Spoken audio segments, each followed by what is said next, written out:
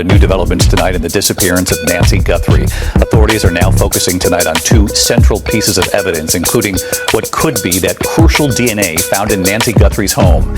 Here's our chief investigative correspondent, Aaron Guthrie, from Tucson again tonight. As though there is still hope in the DNA.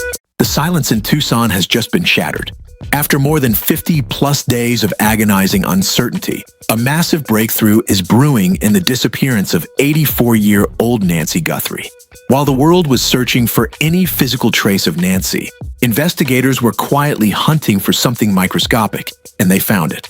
As we speak, a high-tech private lab in Florida is processing a complex mixed DNA profile recovered from inside Nancy's home.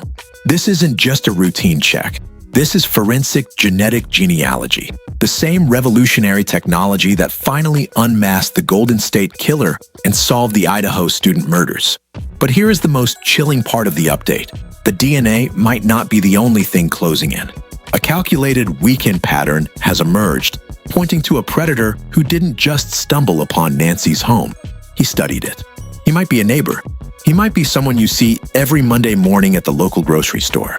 Today, we dive deep into the Florida lab results, the vacant house next door, and the marauder theory that has the FBI convinced the suspect is a local.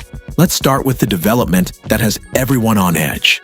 Reports have confirmed that foreign DNA, material not belonging to Nancy or anyone authorized to be in that home, was recovered at the scene. This sample is currently at a specialized lab in Florida.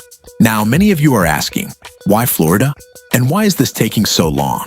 The answer lies in the complexity of the sample. Sources describe it as a mixed profile, meaning the suspect's DNA may be mingled with touch DNA from surfaces or even secondary contributors. The lab in Florida is likely using next-generation sequencing to separate these strands. Unlike standard DNA testing, which requires a suspect to already be in a police database like Cody's, this method builds a family tree from the ground up. Even if the suspect has never committed a crime before, if a third or fourth cousin has ever uploaded their DNA to a public ancestry site like GeneMatch or Family Tree DNA, the FBI can trace the line back to a name. Experts close to the case say this work is highly active.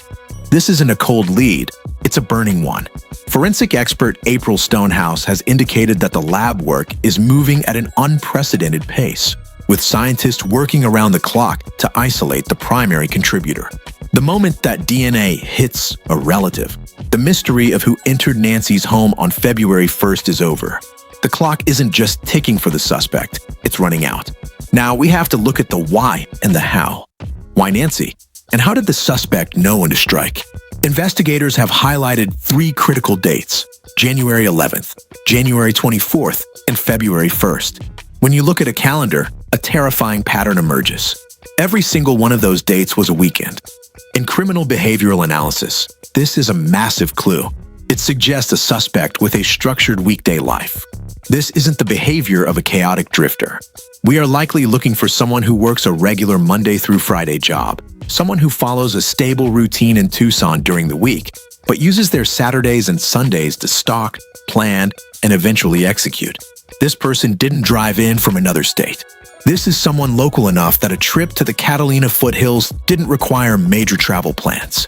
They could drive in on a Sunday evening, watch Nancy's habits, and simply drive back to their own home in time for work on Monday morning. They were blending into the rhythm of the city while carrying a dark secret. The psychological profile of this individual is becoming clearer. Profilers often distinguish between a commuter and a marauder. A commuter travels far to a random location, but a marauder stays close to home, operating in a comfort zone where they know every alleyway, every shortcut, and every blind spot in the local security. By striking on weekends, the suspect reduced the risk of being caught in workday traffic or being noticed by neighbors who were also away at work. They chose the time when the neighborhood feels most relaxed. This level of patience is rare. It shows a person who can suppress their impulses during the week, only to let them take over when the sun sets on a Saturday night. This double life is what makes them so dangerous and so difficult to spot until the forensics catch up. Imagine feeling safe in your own living room, never knowing that just a few feet away, someone is watching your every move. The FBI is now heavily focused on a vacant property adjacent to Nancy's home. Former SWAT commanders have pointed out that a vacant house is a predator's perfect vantage point. It allows someone to conduct long-term surveillance without being seen. You can track when the lights go off, when the resident is alone, and exactly which door is the easiest to breach. Investigators are reportedly looking for signs of a nest or a staging area within that empty house. They are checking for discarded items, footprints, or even specialized surveillance equipment like hidden cameras or audio bugs. Even more disturbing, reports indicate a former neighbor who had moved away before Nancy vanished was seen returning to the area after she was gone. The Pima County Sheriff's Department has confirmed they are reviewing suspicious activity tied to this vacant property, and they are not ruling out that the suspect used the house to study Nancy for weeks or even months before the abduction. This brings us to the construction sites that pepper the Catalina foothills. In a neighborhood like Nancy's, construction is constant. The FBI is now reportedly seeking the names of every contractor and worker connected to multiple projects in the area from early January through February. Why? Because a worker in a hard hat and a high-visibility vest is invisible. They can stand on a street corner, take photos of houses, and note the routines of residents without anyone calling the police. Former FBI agents suggest that someone with legitimate daily access may have provided the intelligence needed for this crime. Whether it was a subcontractor who saw Nancy's home during a remodel or a gardener who noticed the pacemaker-dependent routine she followed, the investigators are digging deep into the payrolls of local companies. Every name on those lists is now a potential DNA comparison for the Florida lab. The FBI is looking for that forensic link, someone whose job put them on that street during the week, but whose personal life brought them back on those fateful weekends. Veteran Detective Morgan Wright recently used a term that changed the perspective of this case: marauder. Wright believes the suspect's base is likely to the south, specifically towards South Tucson. Why? Because the geography of the Catalina foothills makes a northern escape into the mountains impractical.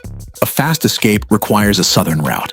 This means the person who took Nancy is likely still living an ordinary life in Tucson. They might have driven past the memorial. They might be watching the news from a nearby living room. Behavioral experts note that suspects in high-profile cases often return to the scene. They attend vigils, they leave flowers, and they blend in with the mourners to see how the investigation is progressing.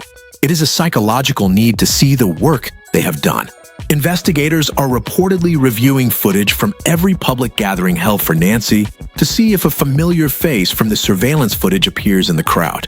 They are looking for someone who seems too interested or perhaps too detached.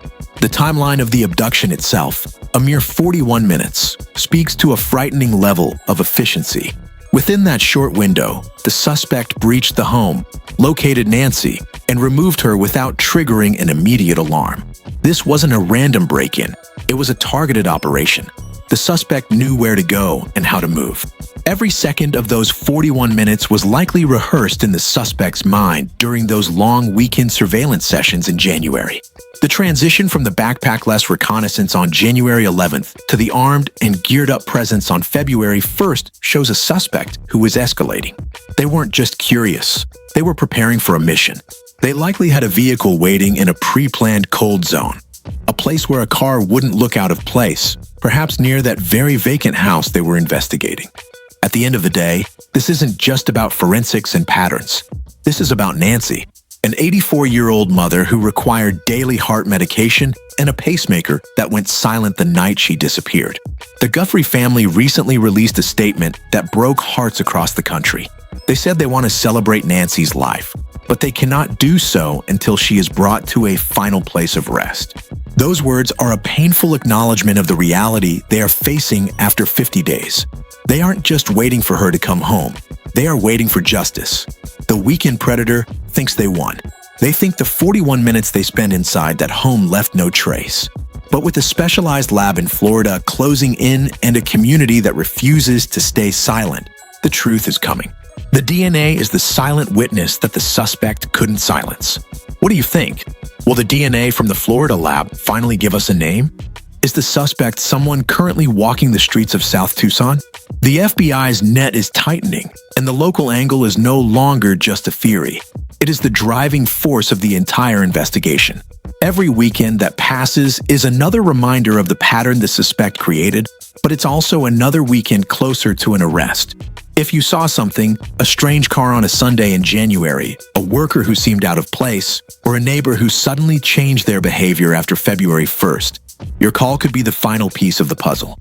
Sometimes the smallest detail, the most ordinary observation, is what brings a monster into the light. Let me know your theories in the comments below.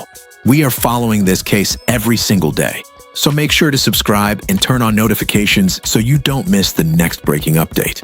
Nancy Guthrie deserves to be brought home, and the world is watching. Stay safe and stay vigilant.